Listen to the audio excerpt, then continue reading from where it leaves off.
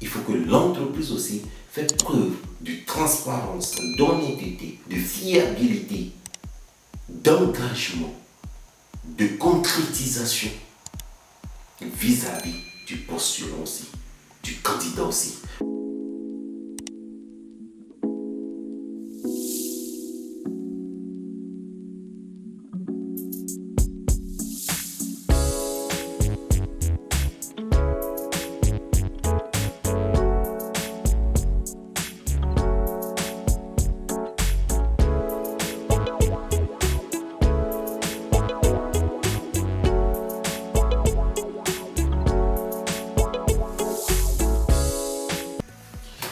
Ah ouais, non.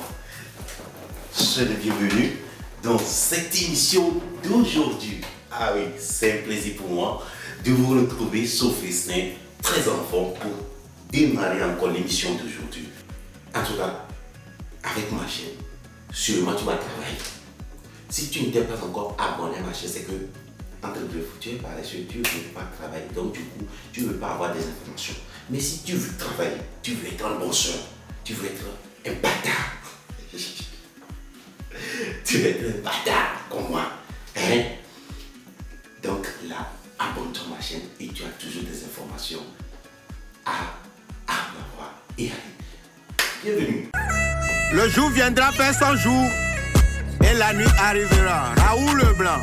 Image comme il est Dieu, il est pour l'étranger, on doit image où on le mien. Donc, cinquième problématique, c'est le ghosting des candidats, c'est-à-dire la disparition. La disparition des candidats sans aucune nouvelle. Oui, le gars est venu à l'entretien. On a fini l'entretien. On n'a plus le temps de bien analyser l'entretien, tout. Après, il est retenu, on l'appelle, il dit qu'il est déjà dans une autre activité. Ou bien l'autre, ton concurrent, l'a déjà appelé et il travaille là-bas. Il t'a rien dit, toi, tu t'es focalisé sur lui, dire que c'est le gars que moi je veux. Il t'a couché la paix. Calme-moi. Oui, la plus grande partie, quand ça arrive aussi comme ça, le problème aussi, c'est le chef d'entreprise. La plus grande partie. On va rejoindre l'autre côté des vidéos où nous disons qu'il y a une chronophage du recrutement. Lorsqu'il y a une chronophage du recrutement, il n'y a plus une communication sur le recrutement. Mais le gars ne va pas rester là, va t'attendre. Il va partir, ça c'est clair. C'est ce qui se passe aussi cette fois. Voilà, moi je vous propose deux stratégies, je vous propose deux solutions. Premièrement, c'est une stratégie de recrutement permanente. C'est-à-dire, vous vous remettez en question premièrement, pourquoi je veux recruter. Et là, vous élaborez très bien ce que vous recherchez. Lorsque ce qui est recherché est bien élaboré, on arrive à retrouver ce qu'il nous faut dans un temps record. Point. Et aussi, faire quoi? Penser à comment recruter le plus vite que possible. Tant que vous n'êtes pas encore prêt, on ne lance pas de stratégie de recrutement. Non, on ne lance pas, on attend. Dès qu'on est prêt, on lance. Parce qu'une fois qu'on échoue, cette stratégie de recrutement, c'est des candidats qui en perdent aussi, qui en tombent dans l'eau. Donc, il faut bien élaborer cela et dès qu'on lance le recrutement, ça passe. Deuxième solution, c'est de communiquer sur les réseaux sociaux pour qu'on puisse comprendre le candidat là, quand il rentre à la maison, après 1 jour, 2 jours, 3 jours, il faudrait quand même que le système, le comité de ressources humaines puisse communiquer que oui, on a retenu quelqu'un, non, on n'a pas encore retenu quelqu'un, non, l'activité va commencer tant. Donc du coup, si tu n'es pas appelé comme la plus grande partie de nos chefs d'entreprise le font et qui n'est pas bien, mais on ne peut rien dire là-dedans, c'est que on t'appelle si seulement si tu es retenu. Tant qu'on ne t'appelle pas là, c'est que c'est tombé à l'eau. C'est pas bien, mais on est dedans comme ça. Mais du moins, il faudrait qu'on donne quand la personne va commencer par travailler. Donc si c'est le 14 août que la personne va commencer par travailler, tout comme vous qui allez vous inscrire à Médicalis et que vous allez commencer par travailler là. Très bien, c'est pas fait la formation. Donc, si jamais le 14, 15 août, jusqu'au 15 août, 16 août, tu n'as pas eu ta paire, tu comprends déjà que ça va pas marcher. Et basta, tu cherches ailleurs. Sixième problématique. Sixième problématique, c'est le manque d'attractivité des postes. Oui. Des fois, l'entreprise a tellement de concurrents. Si je prends par exemple la délégation, il y a tellement d'agences, il y a tellement de labos. Mais comment je vais faire pour que j'attire plus de personnes ou bien j'attire de meilleures personnes dans mon entreprise? Là, c'est ça le problème. Je ne peux pas augmenter parce que l'autre, il paie, par exemple, 100 000 francs. Donc, moi, comme je veux des gens compétents, donc du coup, je mets la barre de 100 000 francs. Non, on n'est pas en train de vendre un terrain. Non, pas du tout. Ça, je ne passe pas comme ça. Non. Tu peux rester toujours à 100 000, même moins que ça, mais mettre le système attractif aux candidats. Comment? C'est ça la solution que je te donne. Là, si je te propose deux solutions. Premièrement, il faut revoir les honoraires de travail.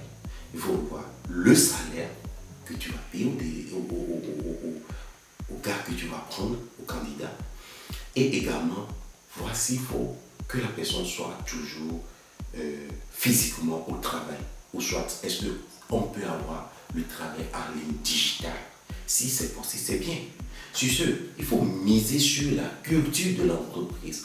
Qu'est-ce que nous disons dans la culture de l'entreprise? C'est-à-dire, l'entreprise peut avoir comme culture chez lui. Chaque pause est gérée par l'entreprise. Il y a des tickets contrôle dans certaines entreprises. Et du coup, il y a la cantine qui travaille. Ça peut attirer la personne vis-à-vis de l'autre, dans l'autre entreprise où il n'y a pas ça. D'autres choses aussi, nous avons parlé plus haut des assurances maladie, de l'inscription à la caisse nationale de retraite ou bien de vie sociale, tout ça là. Oui, c'est des choses. D'autres entreprises proposent même des bons de carburant à leurs employés. C'est des choses qui captivent, qui attirent le candidat à venir chez toi. Pas forcément le salaire qui est top, non, pas forcément. Il y a d'autres contours qu'on peut gérer et qui va amener le candidat à venir chez vous. Et aussi, il faut proposer des vrais avantages. Des avantages qui sont fructueux, oui. Il ne faudrait pas que ce soit des avantages utopiques, jamais réalisés. Des ennemis qui sont dans la boîte, qui n'ont jamais franchi une barre donnée, mais le nouveau qui vient ne peut jamais penser que lui serait payé au-delà de la barre. Non, l'autre fait 20 ans de service, mais on le paye. Vous comprenez déjà? Et aussi rester actif durant des années. Savoir que les années changent et les choses s'augmentent. Donc du coup, proposer des vrais avantages, ça va aider également le candidat à postuler, à donner le meilleur de lui-même et ne plus avoir le problème de recrutement qui s'implante durant cette période de post-Covid.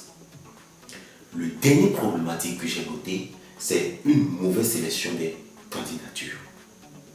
Oui, la mauvaise sélection des candidatures. Pour éviter la mauvaise sélection des candidatures, pardon, c'est ça. Ah voilà, quand on dit dépôt de dossier là, yo, aïe mieux, lettre de motivation, le fameux lettre de motivation. En dehors de cela, il y a une photocopie de la carte nationale d'identité. Nationalité, naissance, curriculum vitae. De quoi aussi? Tout le temps, hein? T'as du dossier, quoi. Non. Il faut optimiser sur le recrutement. Nous allons parler dans la première partie que vous pouvez utiliser l'application. Mais si jamais vous ne voulez pas utiliser l'application parce que ça vous revient cher ou bien vous ne voulez pas prendre un informaticien pour vous aider là-dessus, c'est pas grave. Moi, je vous propose d'optimiser le formulaire de recrutement. Oui, vous pouvez proposer un formulaire de recrutement. Juste avec ce formulaire, vous comprenez en mieux votre candidat. Non, les lettres de motivation, 80% même de candidats avant de venir chez vous savent très bien que leur lettre de motivation, la personne ne prend le temps de le lire. Non, même si vous le lisez aussi, c'est toujours la même chose parce que c'est déjà figé sur les réseaux sociaux et que nous copions, nous traitons, nous changeons un peu les données dedans et on vous laisse ça. Vous savez, on se dit, on tient malin demi, c'est ça. Vous êtes demi, nous sommes un demi, environ la vente, c'est pas bien. Donc du coup, il faut optimiser sur le formulaire. Vous-même, vous réfléchissez sur votre formulaire de recrutement. Dès que vous optimisez au maximum possible, vous comprenez en mieux ce qui motive votre candidat. Et c'est mobile pour qu'il puisse venir recruter, il puisse venir travailler dans votre entreprise. Et proposer des mises en solution. Oui, la mise en solution, si elle est nécessaire, mettez le candidat devant la situation. Lui, il n'a qu'à vous parler de comment il peut gérer la situation avec vous. Oui, lorsqu'il le fait, vous allez sentir en vous que oui, c'est le gars que je veux. Non, c'est pas lui. Et si vous le faites très bien, je suis sûr et certain que vous êtes déjà prêt pour entamer un meilleur recrutement. Oui, le système de recrutement doit vite aller. Le système de recrutement ne doit plus traîner. Nous devons travailler et nous avons besoin de votre travail. Donc du coup, ne prolongez pas le système. Non, ça ne sert à rien. Ça vous embête plutôt. Parce que l'autre chose que vous ne connaissez pas, ou bien que nous ignorons aussi, que ce serait aussi objet d'une vidéo pour moi, c'est que ce n'est pas le candidat seulement qui doit faire preuve de transparence, d'honnêteté dans le processus de recrutement. Non. Il faut que l'entreprise aussi fasse preuve de transparence, d'honnêteté, de fiabilité, d'engagement, de concrétisation vis-à-vis du postulant aussi, du candidat aussi. Ceci dit, nous sommes arrivés à la fin de cette problématique au cours des recrutements et les solutions que nous avons apportées. J'espère que vous avez aimé cette vidéo, vous aimez notre chaîne. Restez toujours câblés, abonnez-vous à cette chaîne et je vous rassure que vous aurez encore de nouvelles choses à acquérir chez nous. On se dit le rendez-vous la prochaine fois. N'hésitez pas à nous laisser des commentaires, n'hésitez pas à partager nos vidéos, n'hésitez pas à nous dire ce que vous voulez qu'on fasse encore de nouveau. On se dit à la prochaine et puis ciao ciao. Ciao ciao ciao ciao ciao ciao. Allez on y va, à la prochaine. Bye bye.